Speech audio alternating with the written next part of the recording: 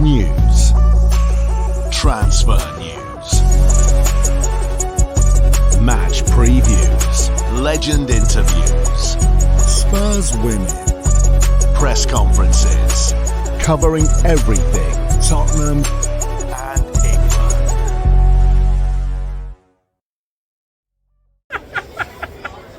Welcome back to the channel. Hope you're all keeping well. Ricky's laughing because this is now take 3. So welcome back to the channel. Burnley in the FA Cup, third round tonight. Ricky, how are you feeling?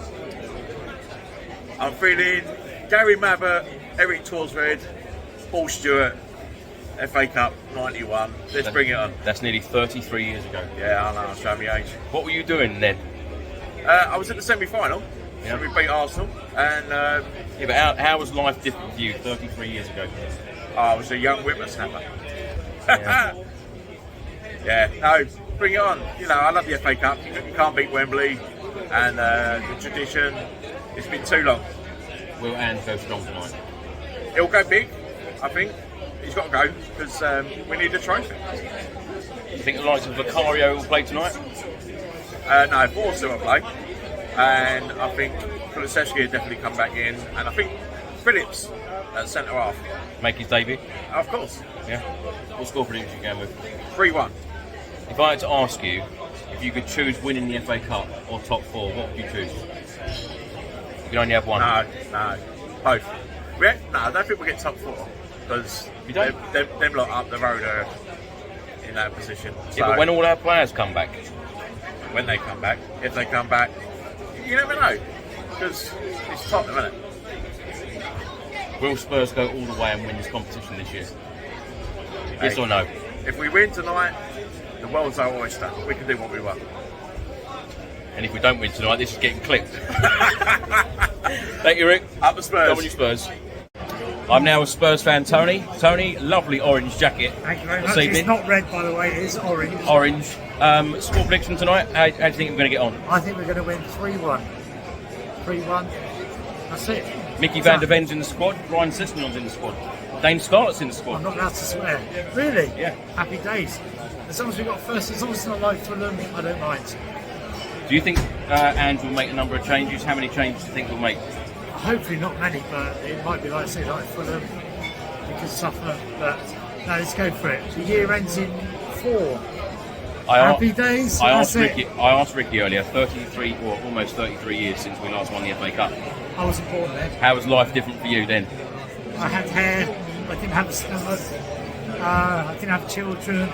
Oh, the good old days. Happy days. Thanks, Tone. Come on, you Spurs.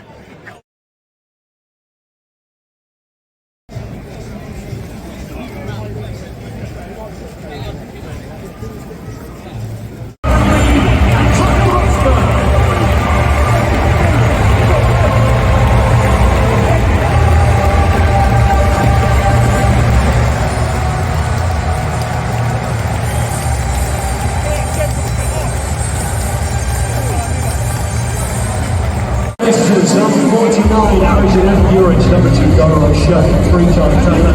79, Foster, 1944, Amsterdam, and 57, Western. Odegaard. And Spurs starting lineup, led by Ange Foster. Go! In goal, number 13, Vicario. Number 23, Porro. Number 12, Emerson Royale. Number 33,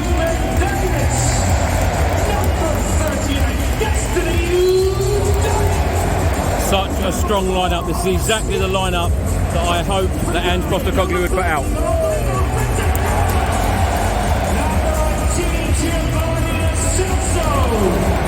Number 22, Brennan Johnson. 21, Dejan Kulusevski. And a brilliant crowd here tonight for a Friday night game.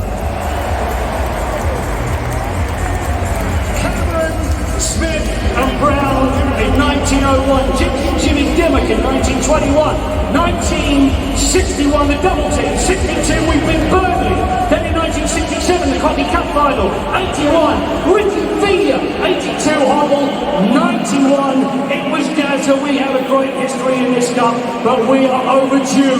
Get behind the team, everyone, at the Spurs.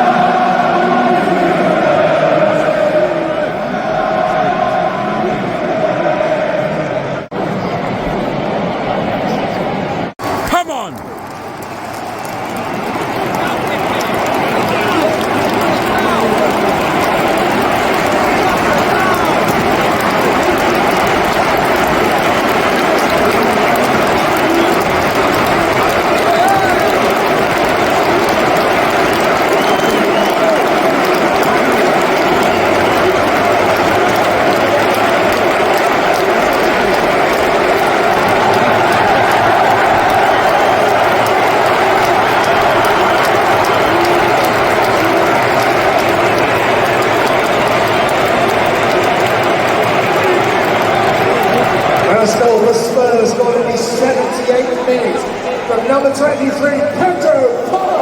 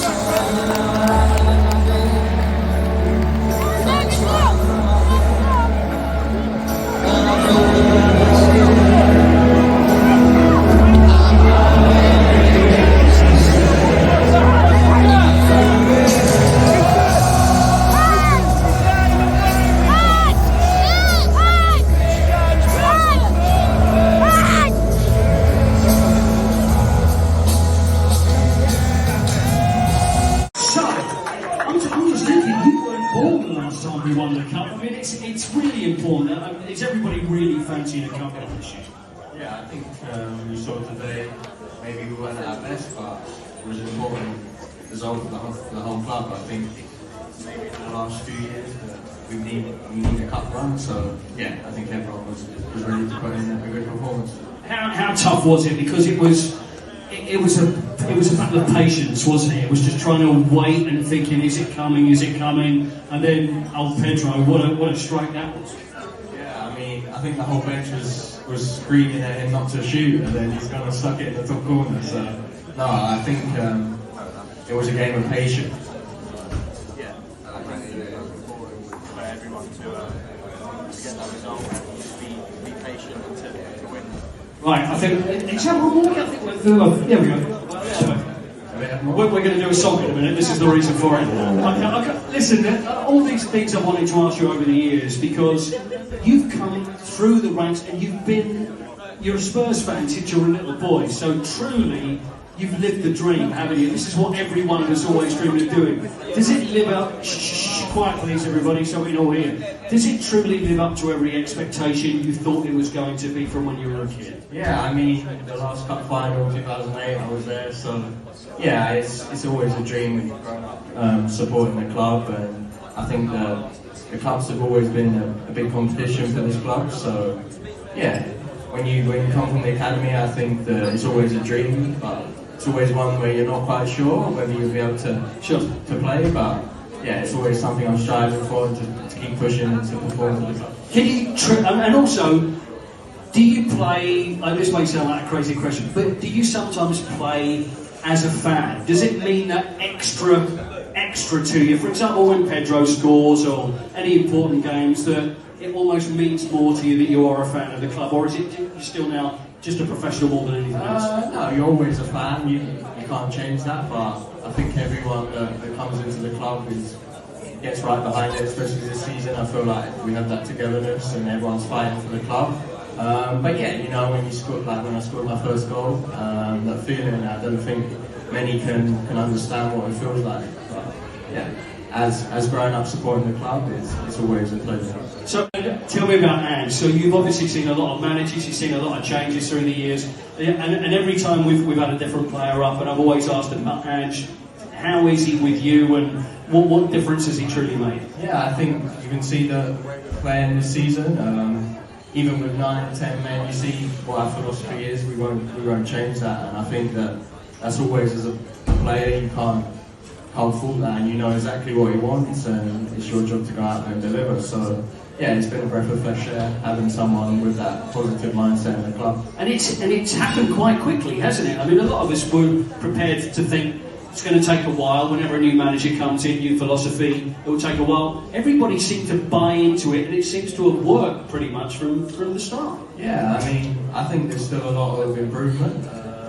I think that's exciting for the club as well, because, as you've seen, we've had a lot of injuries, a lot of things that haven't gone our way this season, so I think there's a lot of scope for improvement, and I think that you'll see that over the coming months and years, hopefully. Well, listen, it's great to see you. Thanks for coming up. Congrats. Thanks, guys. Listen, stay with us. We've got a few pictures. If you stick around for those, I'll take that as well. Then we'll do the song after that. Okay, right? Ange, what are your thoughts on the performance? Took a pretty special goal to break the deadlock. Yeah, it did, and looked like that's what it's going to take, because yeah, obviously, I thought we controlled the game enough and just a bit wasteful in front of goal, but yeah, it's a cup competition. The most important thing is you find a way to win, and we did that. Any frustrations during the game about how wasteful you were in the final third? It is what it is, you just got to deal with it. Like I said, the most important thing is that, you can sit there and analyse it, but ultimately in a cup competition, it's about being successful to get through to the next round, because in every game you're going to play in a knockout comp. It's going to take something on the day to get it done. Sometimes you can, that can be something conventional, sometimes it's unconventional, or something special like tonight, but as long as it gets the job done. Now, I just heard your interview with the broadcaster about Eric Dyer. Injured tonight? Is that right? Yeah, he's injured. What's the nature of the injury? He just pulled up sore and didn't train yesterday. And so there's nothing the links with Bayern Munich? We understand there's an agreement between the two clubs. Separate issue, mate. But don't question my integrity. When I say he's injured, he's injured. Didn't train yesterday. I can get vision for you. Ask him. But he was injured. Got nothing to do with anything else. But is there... I've got no idea. And so I've no interest. Yeah, I know, but when you ask me whether he's injured, he's injured. Like, I didn't make that up. That's, you know, if he wasn't injured, I'd say that he wasn't selected. It's easy for me to say. He's injured. Now, in terms of anything else that's happening, not on my radar, not that I've heard of. And if there is something, I'm sure I'll hear of it. But, you know, fair to say last sort of 24 hours I've been focusing on the game and the guys who are available. Pedro Porro had a difficult start to his life in England, but you helped transform him into one of the most creative players in your team in the Premier League. How have you got about changing? Oh, yeah, I think credit to him. Look, he's, you know, I love Pedro because, you know, from the day I arrived, he's got so much enthusiasm, passion, energy for the game, and he's worked really, really hard on the defensive side of his game. Obviously, it's a different role. You know, he's probably more used to playing as a wing back, and he's got a lot more defensive responsibility, but we always knew he had the quality, the attacking qualities, you know, and he's shown that not just tonight, he's, you know, during the year, he's been a real big part of our creative side of our game, and yeah, he's probably just missed the goal. He's been a bit unlucky. This year he's hit the post a couple of times, but yeah, look, really pleased for him, and credit to him because, like I said, he's worked really hard at his game and he continues to do so. You know, he's still a young man, and you know, he's been outstanding for us. Ryan Sessegnon back, I think it's 11 months since his last game. How important is that for him just to feel part of it again? Yeah, I guess so. I mean, that's sort of what, you know, we kind of wasn't always the plan to play him tonight, give him minutes, but I thought if the game was going the way the game was going, you know, made sense to give him some time out there. But, you know, he has missed a lot of football and it's going to take him a while. But it's where we're at, you know. We've got 3 centre-halves on the bench and young kids on the bench, mate. We're at bare bones, but this group of players still keeps finding a way. Were there any fresh injuries this evening? Yeah, Ben Davis looks like he's done his hamstring, so it looks like he'll be out. And Gio has got a bit of tightness, but I'm hoping it's nothing serious. Yeah, he's fine. He's just fatigued, obviously. He hasn't played and probably played more than we wanted to, but yeah, he said felt fine. Yeah, he's fine. The plan was to give him some game time tonight, but the way the game was going, I just thought, you know, we kind of needed something up front to sort of crack them open. So, you know, we kept him on ice, but he trained this week. He's okay. You know, he'll obviously train fully. You know, he's available for selection. Yeah. Yep. If Ben Davis is injured, can you afford to lose out this month? Just on back to numbers. Yes. Okay. Thanks, guys. Thanks, guys.